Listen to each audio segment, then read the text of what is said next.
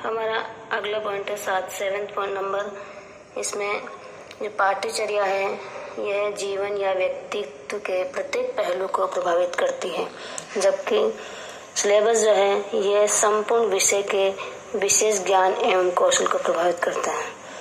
मतलब जो पाठ्यचर्या है इसमें हमारे जीवन के विभिन्न पहलू, व्यक्तित्व के जो भी पर्सनैलिटी डेवलपमेंट के जितने भी पहलू, अर्थात हमारा शारीरिक विकास, हमारा मानसिक विकास, हमारा नैतिक विकास, हमारा बौद्धिक विकास, हमारा आध्यात्मिक विकास, इन सभी पहलुओं को ध्यान में रखते हुए पाठ्यचर्या की रचना की जाती है।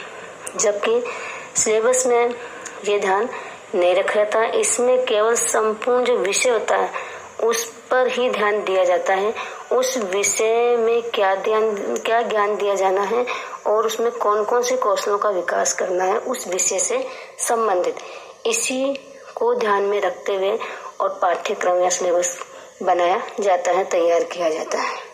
नेक्स्ट जो हमारा अंतर है 8 नंबर, इसमें देखिए पाठ्यचर्या जो है वो समस्त प्रभाव जो है इसका ये मापनीय नहीं होता है, इसका मेजरमेंट नहीं किया जाता है। मतलब समस्त प्रभावों का मेजरमेंट नहीं होता है, कुछ प्रभावों का मैनेजमेंट हम कर सकते हैं और कुछ प्रभावों का जो मेजरमेंट हम नहीं करते हैं।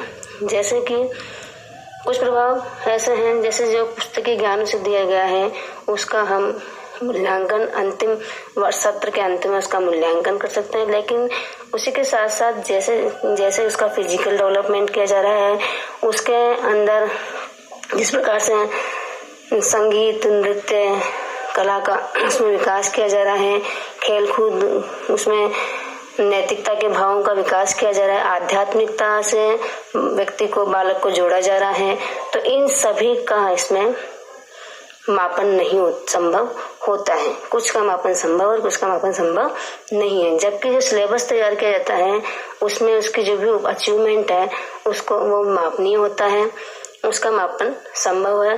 तो वर्ष के अंत में और मध्य में विभिन्न प्रकार के परीक्षणों के द्वारा, मूल्यांकन टेस्ट के द्वारा, एग्जाम के द्वारा वर्ष के अंत में इसका जो है मापन हो सकता है।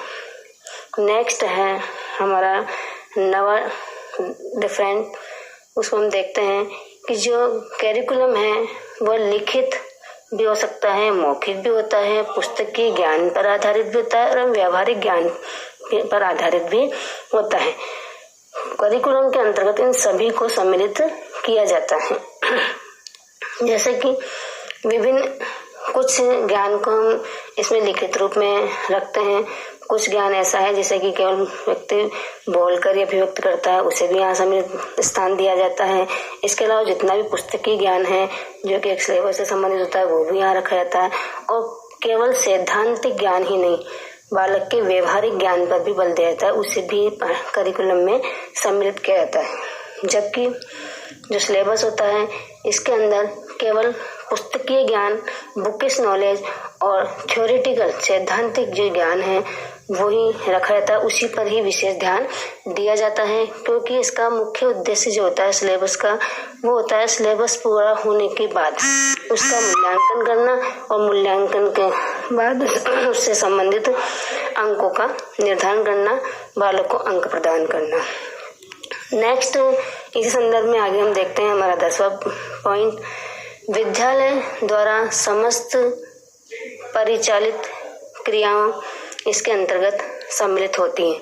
अर्थात एक विद्यालय के अंदर जितनी भी पाठ्यगामी क्रियाएं, पढ़ाने से संबंधित क्रियाएं हैं वो, और उसके अलावा इस पाठ्य सहगामी क्रियाएं, जितने भी को करिकुलर एक्टिविटीज वगैरह विद्यालय में करवाई जाती हैं वह सभी सिलेबस पाठ्यचर्या के अंतर्गत, करिकुलम के अंतर्गत रखा जाता है।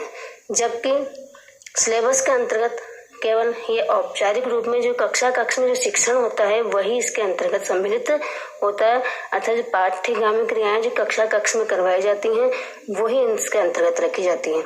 इसको हम ऐसा समझ सकते हैं जिस प्रकार से हम बीएड की जो क्लासेज हैं उसमें जितना भी कक्ष में हम जितना भी बुकिश नॉलेज जो बालक को देते हैं वो जो नॉलेज है वो सिलेबस के अंतर्गत रखी जाती है। इसके अलावा बालक को हम अन्य नॉलेज भी देते हैं उसके व्यक्तित्व के विकास के लिए, उसकी पर्सनैलिटी डेवलप करने के लिए। उसमें अभिव्यक्ति की क्षमता, अपनी मौखिक अभिव्यक्ति की क्षमता उसमें विकसित होनी चाहिए, उसकी लिखित अभिव्यक्ति की क्षमता उसमें विकसित होनी चाहिए। इसी प्रकार से वो हेल्दी होना चाहिए, उसका स्वास्थ्य भी अच्छा होना चाहिए, उसका वो शारीरिक रूप से भी सबल होना चाहिए, उसमें नैतिकता का भी विकास होना चाहिए। तो इन सबको ध्यान में रखते हुए और करिकुलम के अंतर्गत सबको ध्यान में रखा जाता है। और एक विद्यालय में